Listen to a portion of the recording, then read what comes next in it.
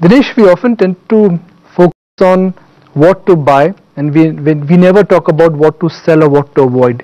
At 18,000, which are the sectors, themes, businesses you would like to avoid them? See, first of all, as Lalit told that when our GDP is growing at the rate of 8% and we are expecting at 10%, it is unlikely that any sector will any sector would be very laggard. So are you saying close your eyes and buy anything and you will make money? No, not like that. If you close your eyes and buy anything that is a good company, at least you will get a good return. You may not outperform. So there is a question of outperformance. Are we saying that any stock, means I am talking about good management and good sectors. We are talking about sector broadly. We are not talking about any management per se. Is there any sector which will not perform? It's not possible that if everyone has a weightage in their GDP and GDP is going to grow, that means all the sectors are going to grow.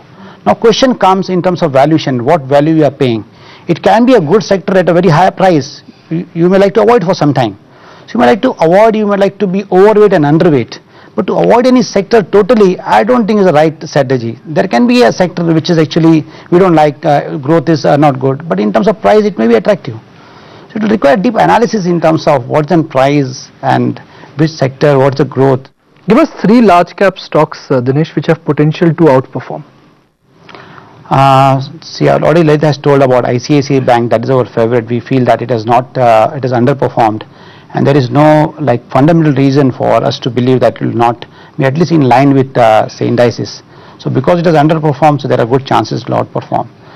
And second would be again L&T, which we like. L&T, we feel that it has a better growth than Sensex, and it will continue to give a growth as we feel that this investment cycle is going to start. And we are about to see again corporates going for capacity expansion. So we feel that L&T would be one stock which will outperform.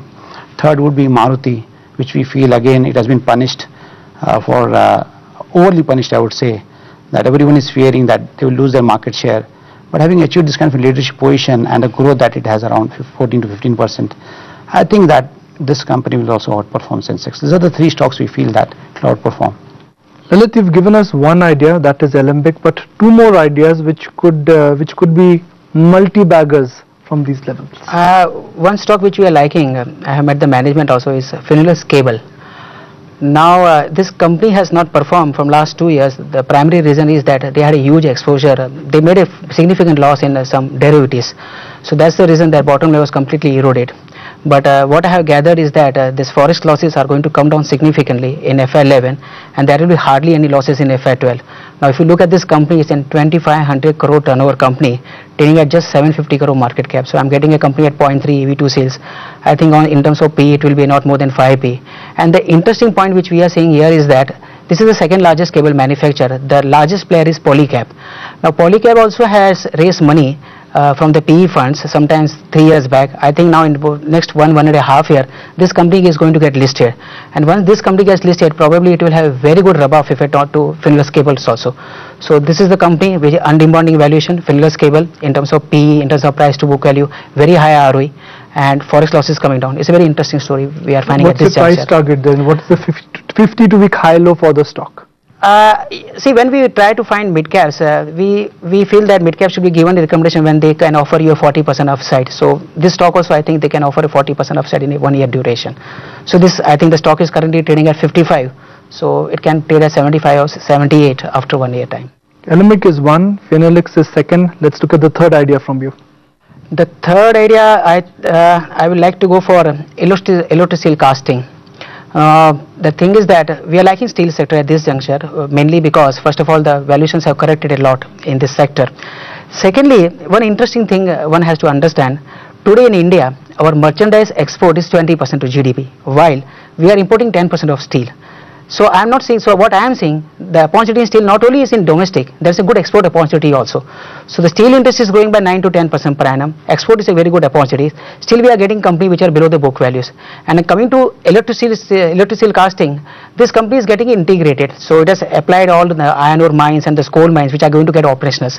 In fact, it is coming out with IPO for this subsidiary which is getting into steel business.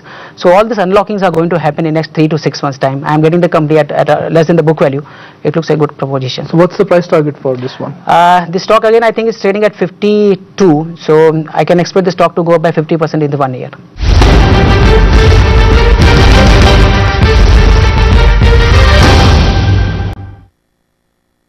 Dinesh, over the years, in your personal portfolio, which has been your longest and the largest holding? First of all, as Lalit told that my portfolio is all about holding angel shares.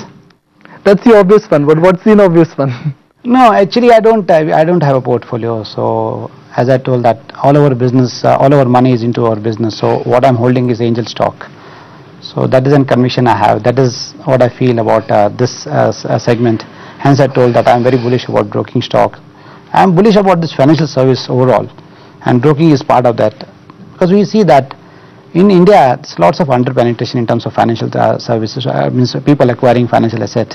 So we feel in a long run this sector is going to outperform.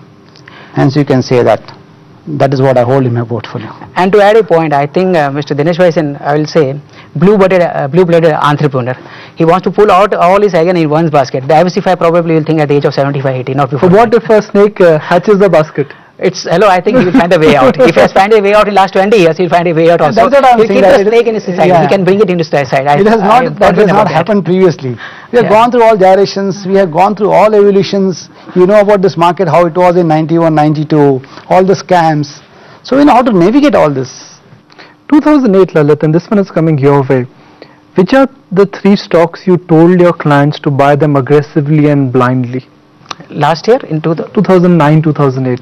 The markets really came down to distorted levels.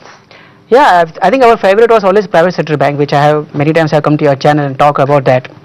Besides that, we liked software sector a lot. I was able to push these stocks to my investors. The primary reason was that they started trading at 30 to 40% below Sensex valuation. Now they are at a 50% premium to the Sensex. Yeah, they're 50%. So are you actually selling IT stocks now? At this juncture, I am equal weight. Yes, we are little underweight on the software sectors because we are finding better opportunities in other stocks.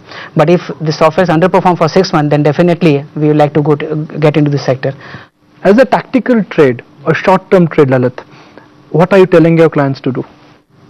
See, if for a short-term trade, if you ask me, usually I take an outlook of 1.5 year. But a short-term. Well, no, this is not short-term. Usually I give an outlook of 1.5 year. But if anybody asks me that I want to find a multi-bagger, I want to stay for a very limited period, I advise the investor look at those stocks where the promoters are increasing their stakes. That's a very good starting point. So this is what I advise to the investor. Look at those companies where the companies have taken warrants or increased their stake. Those stocks have generally seen they outperform the market significantly. Anything you can tick mark for us? I think one company which is in my mind right now is, we have not come up with a report, is Vivimed. Now this company is into CRAM space, and if you compare the company valuation, it is trading at 1 time market cap to sales, EV to sales, while other companies are trading at 2 times. And what I have seen is that company promoters are lot of conviction they are having on their company. They are increasing the stake by 10%. So I think something big is happening in this stock. Dinesh, who's your favorite investor? Rakesh Jhunjhunwala, Warren Buffett, Peter Lynch? I'm really sorry, with all due respect to all this investor, I don't really track their portfolio or their performance. My whole focus is on business. I look at business, I look at how businesses are growing, who is the person who is growing that business very aggressively and very nicely. So I'm really sorry, I would not be able to comment on this. You think Dinesh Bhai is the best investor because he's put all his eggs in one basket, which is angel stock? Yeah, he's the best investor, yeah. This is what I will say. Mm-hmm. If you have to classify the Indian broking industry on a 10-year basis, Dinesh, one would imagine that a Goldman Sachs, Fidelity, a JP Morgan perhaps will get created here. Is angel broking marching towards that direction, that they want to be the Goldman Sachs of India? So I would not like to put any model on us. Definitely when we are talking about being a very large retail house who is serving like all needs of person in terms of personal finance, we would like to be over there, and we would like to be having a leadership position. Definitely aspirations are there, and even our run rate suggests that we would be reaching that target.